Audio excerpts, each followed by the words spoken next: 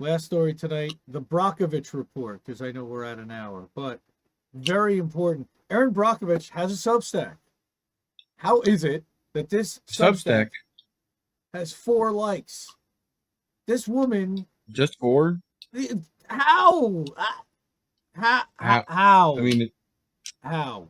because people can't spell her last name.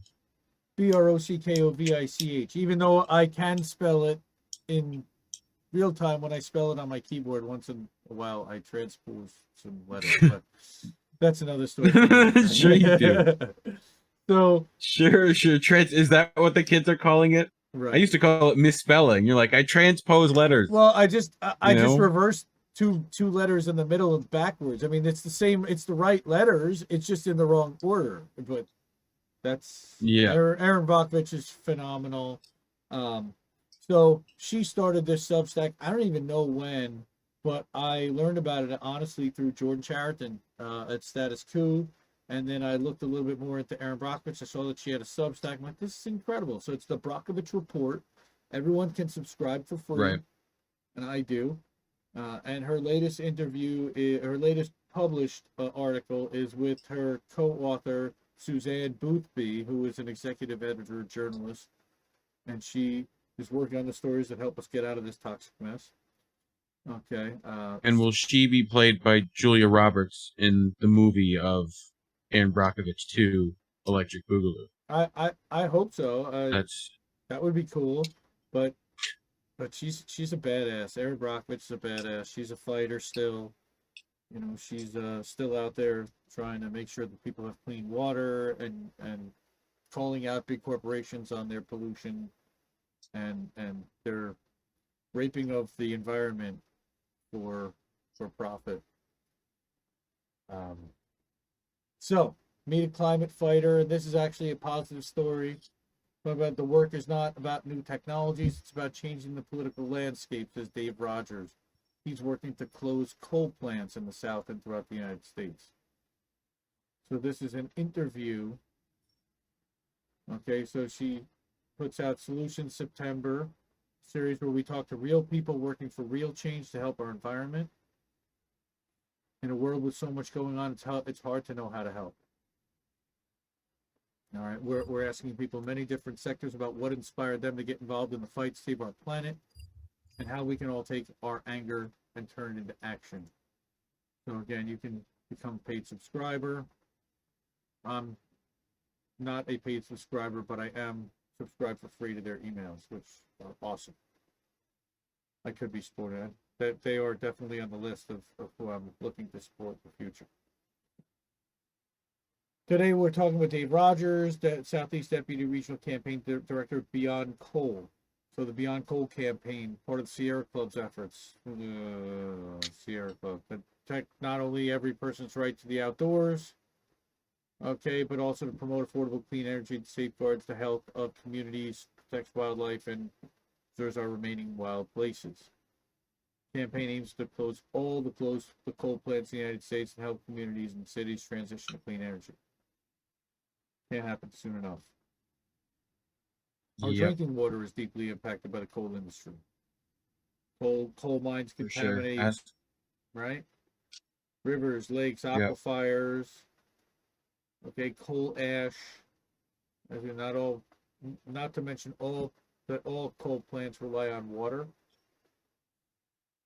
So it's just a nice interview about frame of Beyond Coal is a bit outdated. We kept the brand because it's well known, but this is a great org. What do you say to folks who say change isn't happening fast enough? I would say they're right. If it isn't happening fast enough. Science says we need to completely eliminate carbon emissions by 2050. Then how we get those there matters too. We can't just wait until 2045. That's not practical. But there's a finite amount of carbon molecules that we can pump into the air. So we need to be moving that way as quickly as possible. So I'd agree with anyone who says it's not happening fast enough. Awesome.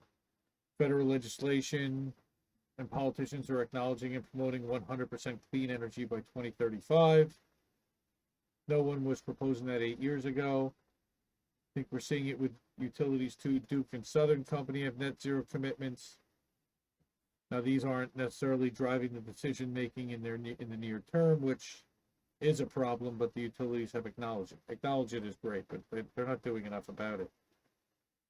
And I think this, Sierra Club kind of gives people a pass at times, but you can see they're holding them accountable here. They're at least pointing out what the problem is.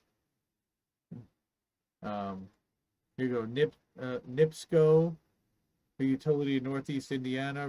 They were resistant to retiring their coal fleet. Then they actually priced out to see what it would cost to replace with other resources, and came back and noted to regulators that they can retire the entire fleet and their system by 2028, and it'll actually save their customers $400 million. They're going to replace it all with clean energy, wind and solar. Sounds like someone's going to make money. That's incredible. You know? No, someone's going to save money. Yeah. I mean, they're not going to that too. continue to charge that $400 million. Yeah. ARTD It'll just be an is in the house. So the hope is that as we continue to push, and we continue to put, and we do have to push utilities and decision makers to move more quickly. This is very much kinder, gentler, corporate kind of speak, I have to say. But that's okay. Look, you've got to speak the language to get these people on board, unfortunately, and it takes all kinds with all kinds of messaging. And the other thing I would say is be creative about other places to influence decisions. It doesn't always have to be elected officials. Build community around pressuring Duke Energy or whoever is your local utility provider. In Asheville, North Carolina, one of the big reasons the coal plant there was retired is because the city came together and really demanded it. I think that's evidence that it doesn't just have to be state legislatures and people in Congress, but you can build local collective power and actually influence corporations. So, solutions. Erin and Suzanne, thank you. Erin Brockovich. Yeah, look, they're called boobs, Ed. There you go. They're called boobs, Ed. That was for Darlene. Nice.